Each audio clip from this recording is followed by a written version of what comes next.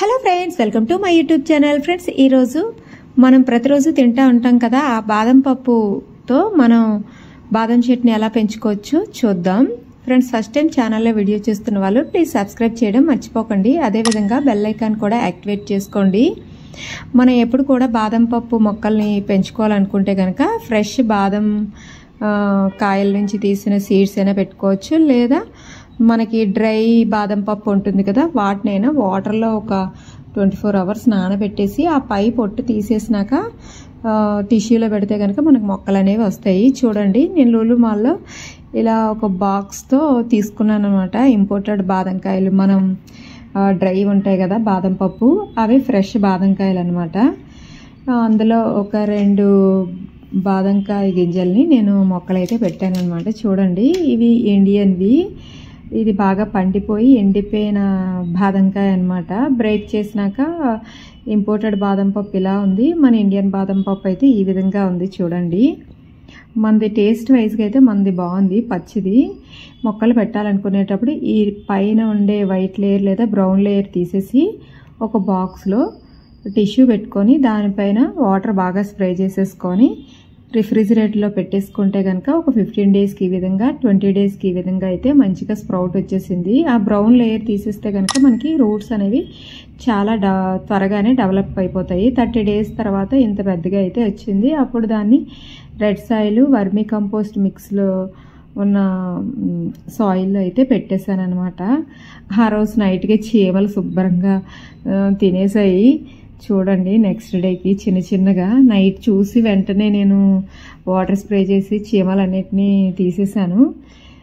చిన్నగా లీవ్స్ కూడా స్టార్ట్ అయిపోయాయి. చూసారా, మనకి ఒక 35 daysకే లీవ్స్ కూడా బాగానే వచ్చాయి. కానీ రెండవది యాంట్స్ తినేయడం వల్ల రూట్స్ అంతా ఇదైపోయి కుళ్ళిపోయి మొక్క అయితే చనిపోయింది. ఒకటే ఉంది. అందుకని ఇంకో 2 బాదం మొక్కలు పెంచుదామని చెప్పేసి ఇంకో 2 బాదం కాయలు అయితే తీసుకున్నాను. అందులో ఒక దాంట్లో చూడండి, లక్కీగా 2 బాదం పప్పులు అయితే వచ్చేసాయి. వీటిని ఈ విధంగా బ్రేక్ చేసేసుకున్నాను. ఇవి కొంచెం బాగా ముదిరిన బాదం కాయలు అనుకుంటా. ముందు చూడండి, వైట్గా ఉంది సీడ్, కానీ ఇది కొంచెం బ్రౌనిష్గా ఉంది. ఇలా మనం దీనిపైన ఉండే బ్రౌన్ లేయర్ మొత్తం రిమూవ్ చేసేసుకొని సేమ్ టిష్యూ పై అయితే పెట్టుకోవాలి.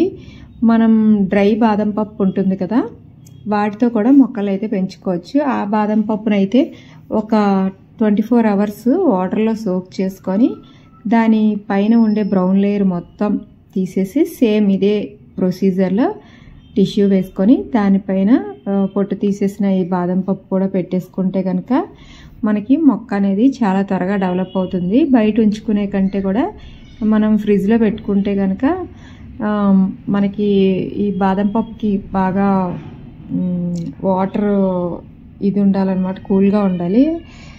ఫ్రిడ్జ్లో పెట్టుకుంటే కనుక మనకి మొక్క అనేది చాలా త్వరగా డెవలప్ అవుతుంది, రూటింగ్ అంతా కూడా. చూసారా, ఇప్పుడు దీనిపై వాటర్ బాగా స్ప్రే చేసేసుకొని మనం టిష్యూ కూడా మనకి స్మూత్ ఎండే కాకుండా రఫ్ ఎండ్ ఉంటుంది కదా, సూదిలా మొనలా ఉండే సైడ్ కొంచెం టిష్యూ కూడా ఎక్కువగా కవర్ చేసుకుంటే కనుక స్ప్రౌట్ అనేది త్వరగా వస్తుంది. ఇప్పుడు దీన్ని ఒక కవర్లో ర్యాప్ చేసేసుకుంటే కనుక గ్రీన్ హౌస్లో ఉన్నట్టు వాటర్ ఎవాపరేట్ అయిపోకుండా మొక్క అనేది చాలా త్వరగా డెవలప్ అవుతుంది. చూడండి, మనకి మొక్క కూడా లీవ్స్ కూడా ఎంత బాగా వచ్చేసాయో మన పాట్లో పెట్టిన బాదం మొక్కకి.